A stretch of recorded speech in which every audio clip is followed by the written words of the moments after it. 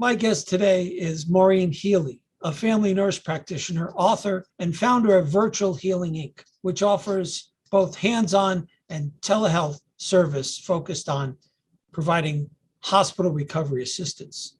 Maureen is a strong advocate for patient safety and incorporating families and caregivers to promote rapid recovery, and is also the author of Your Guide to a Safe and Swift Hospital Stay, which teaches patients, families, friends, and caregivers how to prevent hospital mistakes, infections, falls, errors, and speed recovery. And it is my absolute pleasure to have you join us today with this incredibly timely information. Thank you for being here, Maureen. Hey, Maureen, what inspired you to write this book? And what do you hope that caregivers and other readers will get from reading this book? The inspiration came from my mother's accident when I was suddenly thrown into the position of being the family, being the caregiver, and just everything that I did as an RN to get her body moving post-car accident. And it actually gave me a new perspective because I knew when all these baby steps, getting her moving, getting her turning from side to side and helping her to the bathroom and such, was the early steps to her recovery. But what I noticed was families didn't know this. Of course, it's basic nursing. And I was working as an RN in the ER at the time, and patients, families were actually literally asking me, what can I do to help my loved one? If you just tell me. And so that was the birth of the thought of the book. In regular times, it's a challenge to have your loved one go safely through a hospitalization process. But now, during this COVID era, it must be a challenge on steroids. How can families and caregivers keep their loved ones safe during hospitalizations? Their hospitals and rehabs are only letting people in, one family member at a time, and that makes it very difficult, especially if it's our older seniors, our parents, and their spouses are the ones that are staying there, so the kids are not there to be advocates. And it is challenging. You have to get one family member to represent the entire family and to contact the actual nurse that's taking care of that person for the day, and just hope that you can get that time with him or her. And once you know what's going on, then you can use the book as a guide to ask them if they've gotten up, and ask them about their medicines and ask them about their labs, and literally have those results be handed over to the mom or dad that's at the bedside. What are some of the secrets that we'll find in the book that you share with us about how to navigate hospitalization safely? Well, and it's not just navigate. You learn to become part of, and that was the goal, to become part of the healthcare team. So much in the past, you go in there and you just kind of stand back and watch what's going on, and that's not what that's not what you want to do. You actually want to do hands-on and help your loved one move their extremities if they've had a stroke, or apply it to that particular person. But the secret would be participating. And thinking about the food. If the dietary part of it, I used to bring in an apple a day for my mom.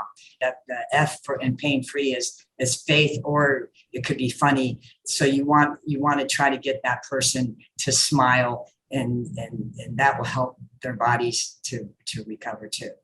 Produces endorphins. It's all the baby steps. What can you tell us about how to get the other partners on your loved one's care team during the hospitalization to listen to you and pay attention to you, because you're the one who knows your loved one the best? One trick is don't call they work 7 to 7 a.m. and p.m. So between 6 and 8 a.m. and p.m. you don't want to call them, because there's a lot of work to do. So they're not going to give you the time and those shift hours. Change. The shift change. You don't want to call anytime. You want to give them time to get going, get their day going. Catch them at the end of the shift around 5 o'clock. so you get a clear understanding. And that's about it. But another, again, a secret is getting only one family member to be the main delegate, because you can't have, when you have several people calling, that just, it's more confusion. It's better, they already know that you've taken the baby steps and you understand how to work with the system. And hopefully they have a respect for you like you hopefully have for them. Right, exactly. And there has to be, and that's a good thought. You can't come across mean or rude. You want to come across open and supportive of it. And so you get the full picture.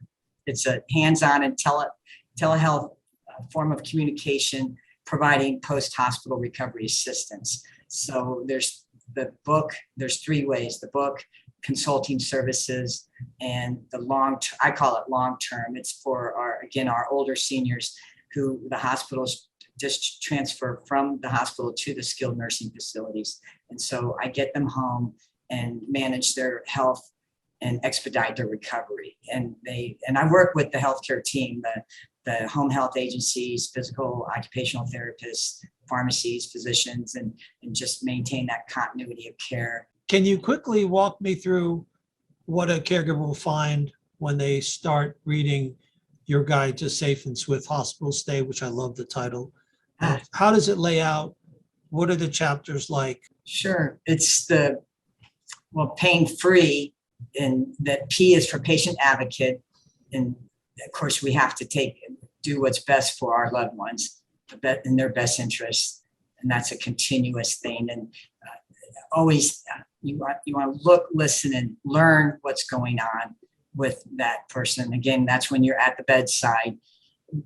A is for ambulation, and that can be when they're still in bed rest, but getting them sitting up on the side of the bed, and then of course to the bathroom, to the chair, and so on. And I is infection, and now we all know the benefits of hand washing. Nutrition is the N, and there's food. So many, if it's medical that caused them to be in the hospital, they have inflammatory issues at a cellular level, like almost pretty much everybody. I mean, diabetics, hypertension, all of the medical, all those chronic conditions, their cells are already inflamed. So there's foods that you don't want to eat. All those prepackaged foods, those are going to make your condition worse. And a lot of people are not aware of that. So you want to tweak that, make better dietary choices. And F is faith, and just tapping into your spiritual belief system, whatever that is. And then R is remember to follow up. So those lab results that were done this morning, instead of just asking the nurse, how were they? I'm suggesting now to actually get a copy of those results, because it shows what your loved ones, what the lab numbers are, the values, and then the next column over is the norms. Yeah, I think that's great. Get a copy of everything you can absolutely get your hands on. And they can just copy it, the x-rays, anything, any report, and yes, start getting copies. Absolutely. And then E is for the pain-free. E is eliminate, and that's just addressing it, because when the plumbing doesn't work, it's going to cause problems. And then, so let's prevent it. And then E is educate, and you do have to educate yourself as to the hospital flow and who's doing what, and it helps you, and the medications, it just helps you become cognizant of what's going on with your loved one.